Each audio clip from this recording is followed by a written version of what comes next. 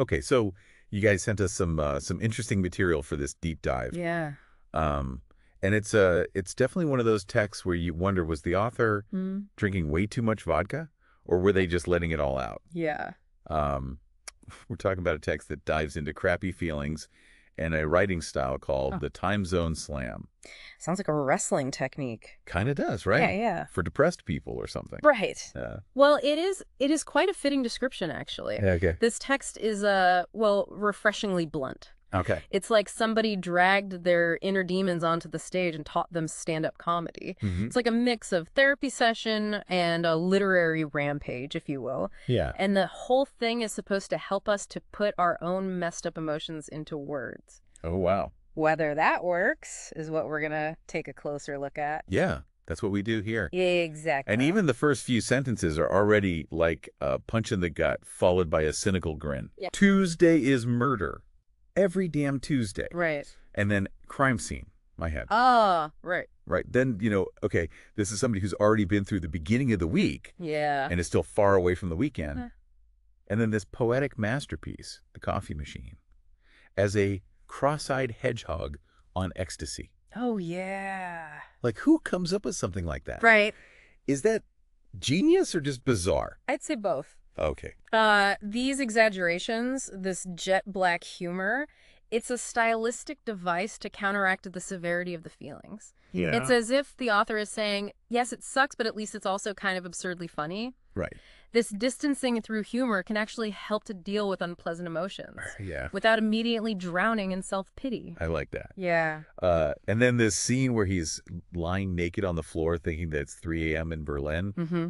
And the day is starting in New York, but it's still this miserable Tuesday in his head. All right. Do you know that feeling when your inner clock is completely messed up and you just can't get out of this mental hamster wheel? Totally. Yeah. So our mission for today is to untangle this emotional madness a bit and see what's behind this time zone slam thing. Exactly. We want to see if this literary crowbar is really suitable for tearing down emotional walls. Okay. Or if you just end up hurting yourself with it. Right. And of course, we want to understand why the author believes that this method could benefit precisely those who find it difficult to express their feelings. Maybe it's some kind of a shock therapy for the soul. Right.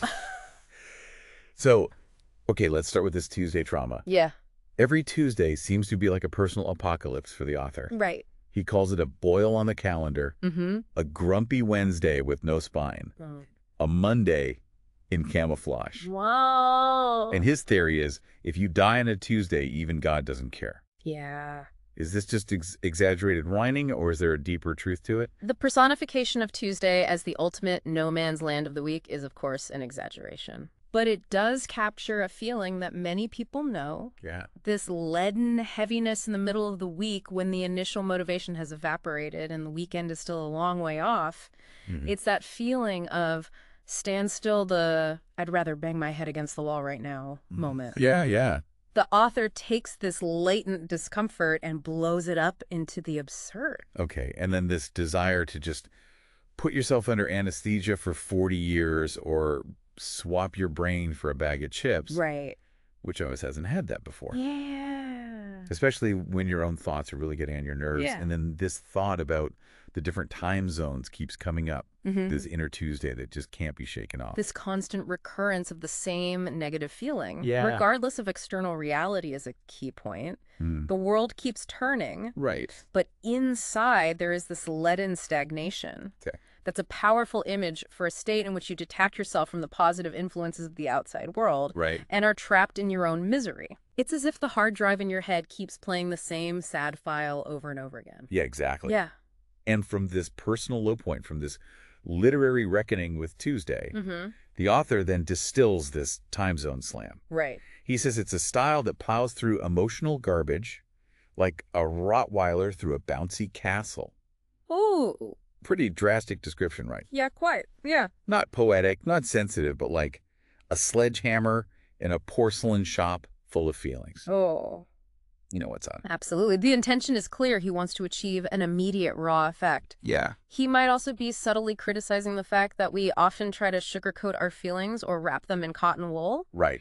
The time zone slam is supposed to tear down this facade and confront the reader directly with the unfiltered emotion. It's like the literary version of a bucket of cold water in the face. And the basic idea is to take one emotion and let it run simultaneously in 3 different locations. This is supposed to broaden the perspective, create depth, and in the best case, he says, deliver a clean kick to the audience's gut. So always aim for the effect. Yeah. But honestly, doesn't that sound a bit gimmicky? What's fascinating about it is the idea that this parallel montage of different scenarios is intended to illuminate the universality of a particular emotion. By showing a feeling in different contexts and in seemingly unrelated places, the individual experience is transcended and a larger, perhaps even archetypal level is reached. Okay. It's about showing you're not alone with this feeling, even if it feels that way right now. So then let's take a look at these slam examples. Right. The first one is for anyone who has ever loved like an anxious guinea pig with daddy issues. Oh. So in Madrid, someone is kissing for the first time. In Bangkok, a guy is buying an engagement ring, but not for you. Haha. Oh. And in your own bathroom, pubic hair is being shaved as the ultimate act of control. Okay. The hell is going on there? The power of this example lies in the extreme contrasts. Okay. The burgeoning desire for closeness in Madrid is juxtaposed with the painful proof of unattainability in Bangkok. Yeah. And the shaving of the pubic hair.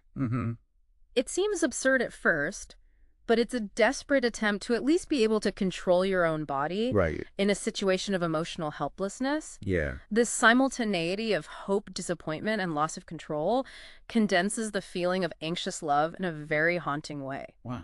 It's like experiencing 3 different stages of a relationship at the same time, but they all end in the same feeling of insecurity. Okay, the second example. Okay. This is for everyone who sniffs old sweaters in the dark. Oh, yeah. In Reykjavik, a husky is licking tears off the floor. Very dramatic. Oh, wow. In Sydney, someone is grinning who seems to have arrived. Yeah. And the author is crouching in the dark, inhaling the scent of an old hoodie, looking for some kind of lost closeness. Oh. Is this now sentimental or just lonely? Here we see how different sensory perceptions and images convey a common feeling of longing and loss.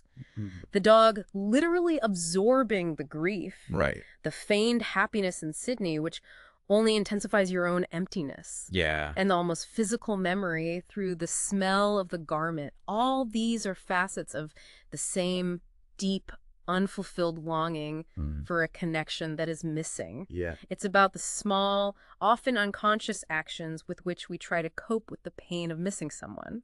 And then the third one, Yeah. for the I'm Fine faction, spoiler alert, they're obviously not. Of course not. In Tel Aviv, a boy goes to therapy because his father never paid attention to him. Right. In Johannesburg, someone jumps off a bridge. Quite a downer, right? Yeah. And the author is writing this text with trembling fingers because he's scared that no one will read it, or even worse, that someone will recognize themselves in it. Wow. This is pretty tough stuff. This example is perhaps the most ruthless because it so starkly highlights the discrepancy between the normality displayed on the outside and the abyss within. Right. The therapy in Tel Aviv symbolizes the desire for healing from deep-seated wounds, while the suicide in Johannesburg represents the extreme consequence of unbearable suffering. Yeah. The trembling writing of the author, the fear of his own vulnerability, and the possible resonance with the reader connects these seemingly different fates on a deeply human level. Yeah. It's about the need to be seen and understood and the paralyzing fear of really showing yourself.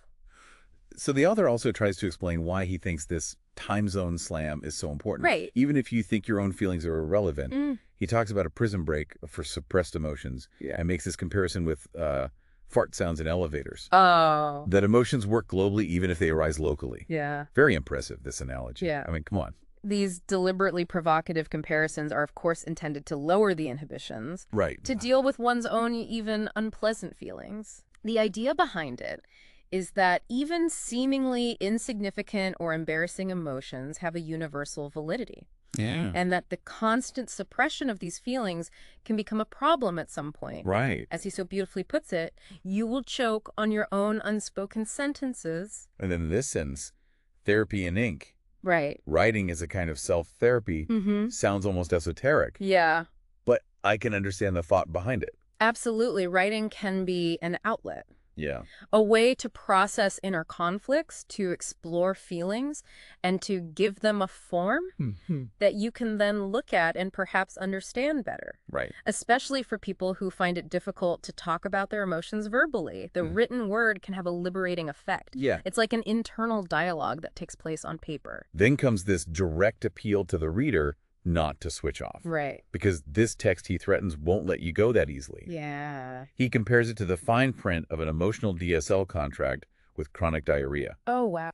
So there's really no shortage of wacky metaphors here. Yeah. And then comes the book recommendation, The Poetry Master, as your personal soul defibrillator. Right. Pretty thick, right? This exaggeration is, of course, calculated. Yeah. The author is trying to attract attention and position his book as a kind of radical solution for emotional expression difficulties. It's an attempt to stand out from the crowd of self-help literature and create a sense of urgency and indispensability. He promises that you'll learn how to build an entire worldview from a single sentence, how to grab your audience and hammer the truth into their brains, Right. and how to write texts that feel like an orgasm with side effects. Wow. That's a statement that either makes you curious or makes you wave goodbye in disgust. The language is deliberately chosen to polarize and provoke a strong reaction. It's about demonstrating a clear stance and appealing to those who are looking for unconventional ways and who are not deterred by a direct, perhaps even shocking language. The metaphor of orgasm with side effects suggests that the intense examination of one's own emotions, while satisfying, can also be exhausting or even painful. And what you get for it is, according to the description, the full package. Linguistic firepower, metaphor skills, stylistic device, tricks the time zone slam, secrets, text templates, exercises, and razor-sharp formulations. Oh, wow. Like the complete package for literary rampage shooters with emotional baggage. It is a very confidently marketed product that is clearly tailored to a specific target group. Yeah. People who are willing to deal with their feelings in an unconventional and perhaps even painful way, and who are looking for tools to express these feelings in a powerful way. At the end, there's this little meta twist with today is Tuesday, and you know what that means. Yeah. But in the postscript, the author admits that it's actually Thursday. Ah. But this text had been lying around since Tuesday. Right. So the humorous, chaotic self-staging is carried through to the end. And then this creative farewell, be creative, Stefan, with flower and pen emojis, followed by the final product placement. Poetry Master, poetry power in 7 days. This reference to Tuesday at the end closes the circle. Yes. And reminds us once again of the central theme of the text. Right. The small break in the allusion by the postscript and the slightly absurd farewell underline the unconventional and personal character of the entire text. Yeah. It's as if the author is saying, don't take yourself and your feelings too seriously, Right. but take them seriously enough to express them. Well, that was another deep dive of different kind. Right. Very direct, very emotional, and with the humor that sometimes hurts a little. But I think we got a pretty good impression of what this text is about. Right. That it's important to find a way to let out even the really crappy feelings. Yeah. And that sometimes it takes unusual methods to do so. Right. What do you take as the most important insight from all this madness? For me, it's the realization that authenticity and intensity of expression are often more important than perfection or adherence to any conventions. Right.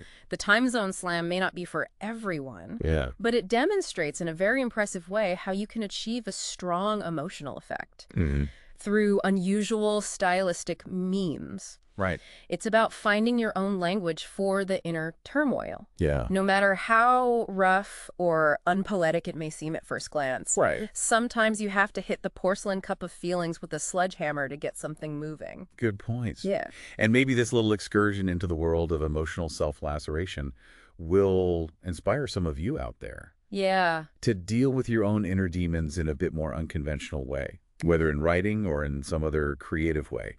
Think about what your personal Tuesday is and how you might be able to turn it into something, well, creative. Right. Maybe not necessarily into a suicidal thought, but you know what I mean? And for those who want to delve deeper into the subject Yeah. and maybe really feel the need to give their emotions a good slam, Yeah. We, of course, recommend Poetry Master Poetry Power in 7 days, once again. Right. Who knows, maybe one or the other will actually discover their own linguistic firepower and write texts that feel like an orgasm with chronic diarrhea in a positive sense, of course. In this sense, be creative, Stefan. Right. And see you next time at the Deep.